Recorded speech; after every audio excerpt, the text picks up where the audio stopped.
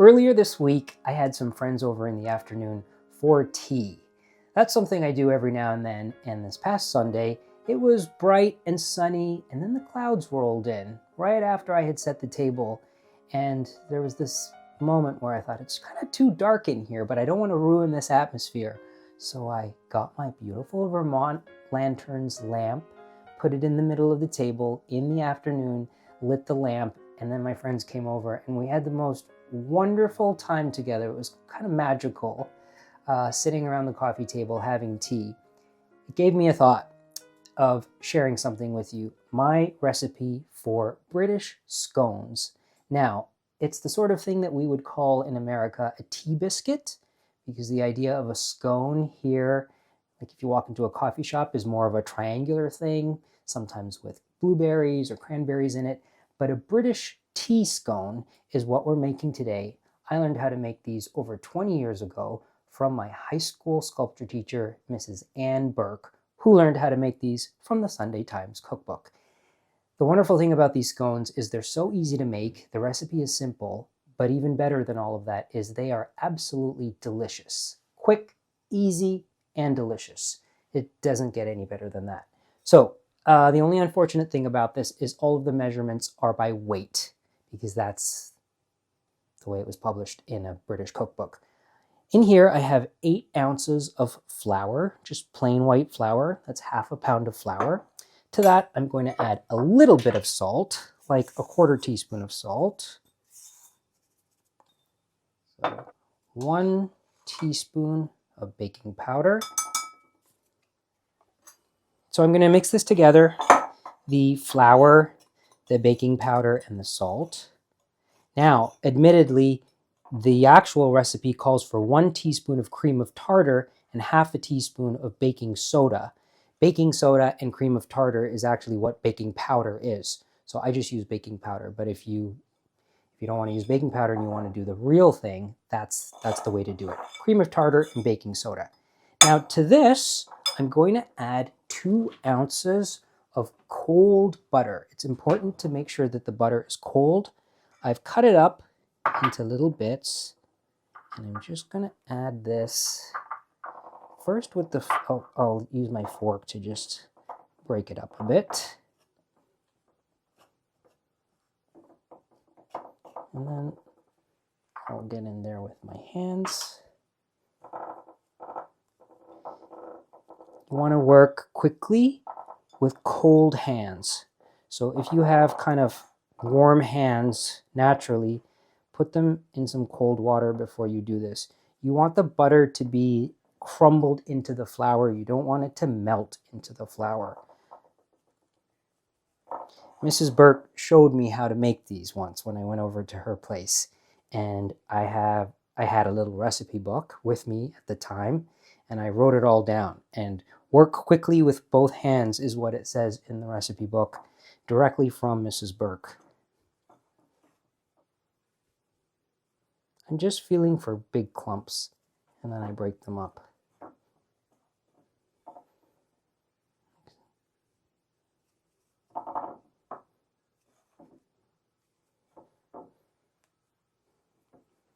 So this is how it should look. Look how nice this looks. It's all crumbled up nice and evenly. I make pastry a lot, so I know how to do this. And I'll humbly say I'm good at this part. Okay, there. That looks good. I'm going to wash my hands. It's very nice to wash your hands with a souvenir that you brought back from Turkey, from Istanbul, when you went there for your friend's wedding, because you didn't want to use your wise man soap in the shower and at the vanity to wash your hands. So you ventured out and you found a market, a local market where no one spoke any English, and they had these piles of soap. I was like, look at this, it looks like my soap. So I brought this back. I brought back a few bars. It was the equivalent of like 50 cents. I think it's like real lye soap. And then the second part of this process, shut the water off while you're rambling. It's very important to put said special soap into a soap dish that you made yourself. That's really important, that when you wash your hands, you have very special soap in your own handmade soap dish.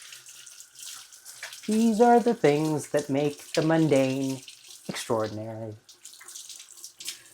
Oh, and the last part of this is it's very important when you dry your hands off that you're using a towel that your friend Deborah hand wove for you on a loom into an early 19th century pattern called the diaper pattern. I think that's what this is called. No, this is something else. This is much fancier. Pure linen. Crazy. I'm crazy for feeling. Okay. Anyways, this recipe was supposed to be quick. Okay, I have my mixture here. Now, to this, you add 150 milliliters of fresh or sour milk. Or if you have it, even better, buttermilk. Buttermilk is best.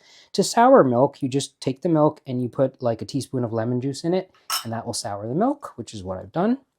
We're going to add that to this. Good. Mix.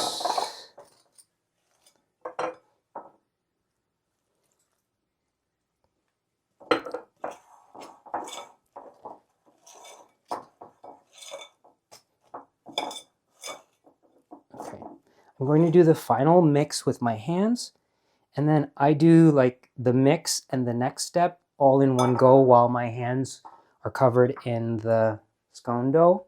So what I do is I set myself up. There's some space. I have a baking sheet already prepared with some parchment paper. So I'm just going to incorporate this dough, like I'm going to incorporate everything together. You don't want to over mix this. The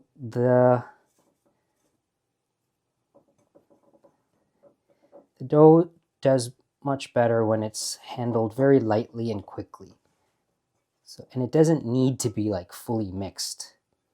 So I'm going to take this,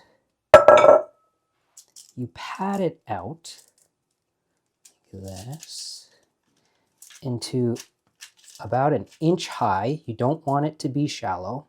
It should be quite large. And then I have these fluted biscuit cutters. You can get biscuit cutters that are just round, or you can just use a glass, like even a wine glass. But my favorite thing to use are these fluted biscuit cutters. They make the scones so fancy. So if you're going to do this and you like the idea of doing this, try to get these. They come in 3 different sizes. I use the middle one for scones for tea. So what we do is we cut them out, and then I should have floured this biscuit cutter. I didn't flour it. Okay, and then I just recycle the dough. So I just very lightly put it back together.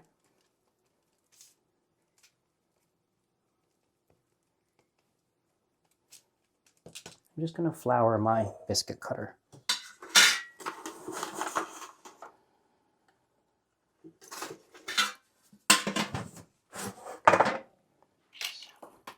That's what I should have done. Just flour the biscuit cutter.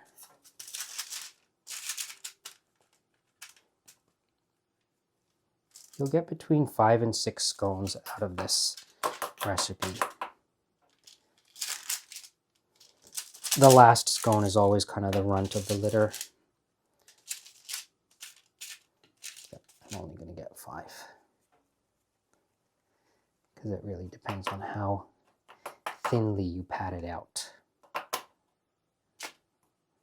Let's do this.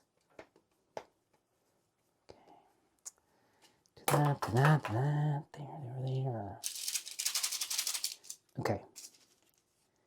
Okay.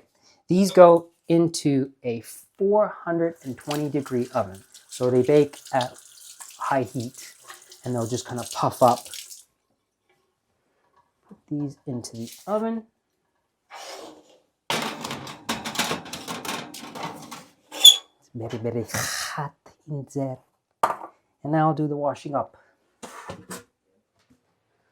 The scones are almost done. They need a few more minutes. While they're cooking, I'm just going to start my tea. Did my dishes. Also, very good boy. If there's time to lean, there's time to clean. Now, I'm going to tell you about my favorite tea of all time.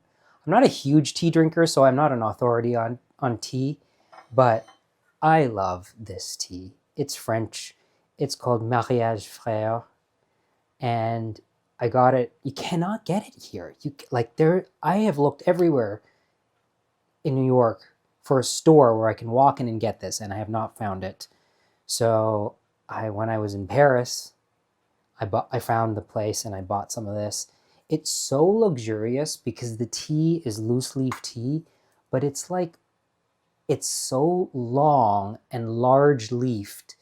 Like, it's not all crumbled up. It's very, very high quality. And you can't, like with loose leaf tea, if it's like all crumpled up, you can't really do what I'm about to do. But with this, the way I like to actually brew the tea, because my teapot has like strainer holes near this at the spout. So I just take the tea and I put it directly in the teapot because the leaves are so large. Look at these large leaves. It's so beautiful. I just put the tea in here like this. And then I add the hot water. Right to the teapot. There. Turn that off. Cover this up and let it steep. Mariage Frères. And this they have so many different teas, but this is the tea from Ceylon. Ceylon Orange Pekoe Ratnapura. Daytime Orange Pekoe Black Tea. From the homeland, Ceylon tea. There's not enough room in this cupboard. It needs a bit of reorganizing. Okay, let's see if our scones are done.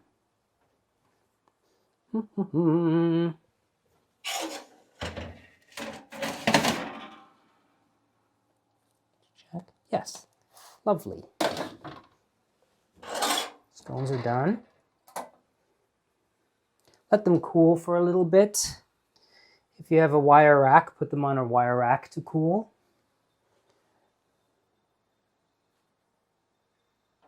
They should be lightly browned on the bottom. They look lovely. This is the little runt of the litter. Not as pretty. It's the way it always is with that last one. Okay, now for scones, the way I like to serve scones are with a few things. Butter. Any butter in here? Help yourself to some butter.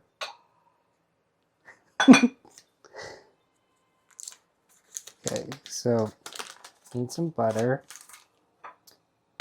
And then this is kind of the luxury for scones. English double cream.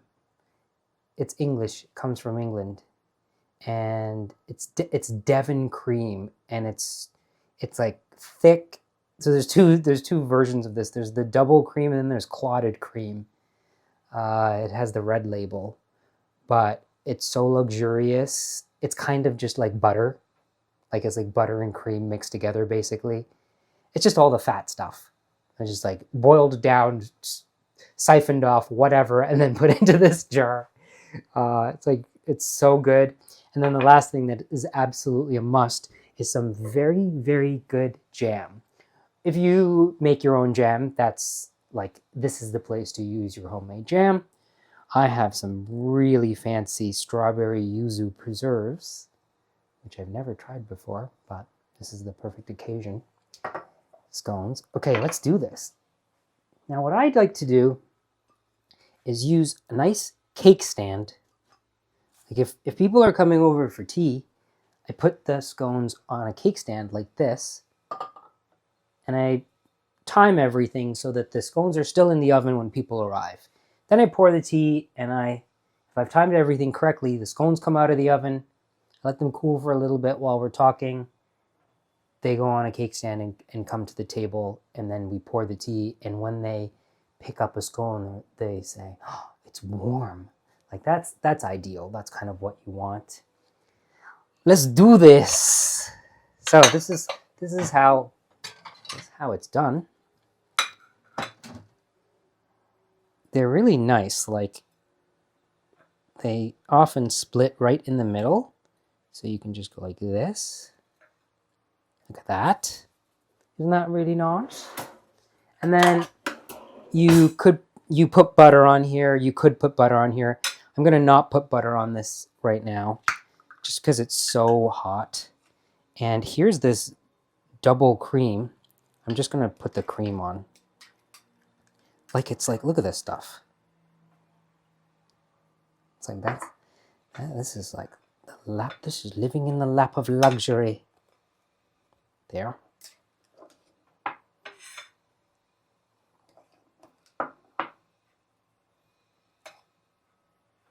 Okay. Get it? Like, what I do is I put all these things on the table and I let everybody do it themselves. So I don't prep the scones like this for them. And then they pick what they want, which is kind of the nice way to do this. And then some nice jam.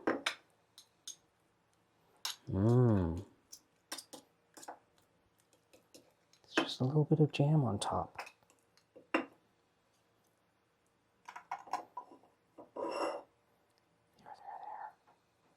That. I don't want to waste any of this.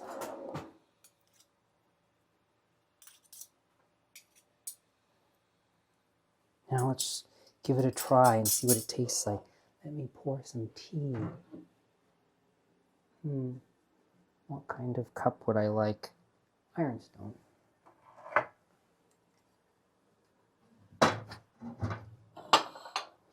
Just keep everything on brand.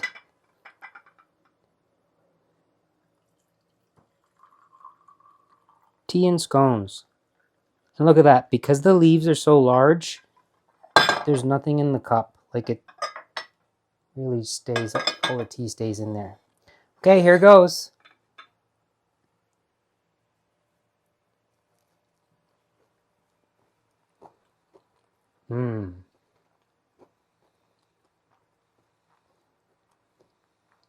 Delightful. The jam isn't very sweet, which is nice. It's not like overly sweet. And then this pairs so well with tea. You have a bite of this and then a sip of tea. There you have it. British scones, tea biscuits from the Sunday Times cookbook. Easy, fast, delicious. Try it yourself.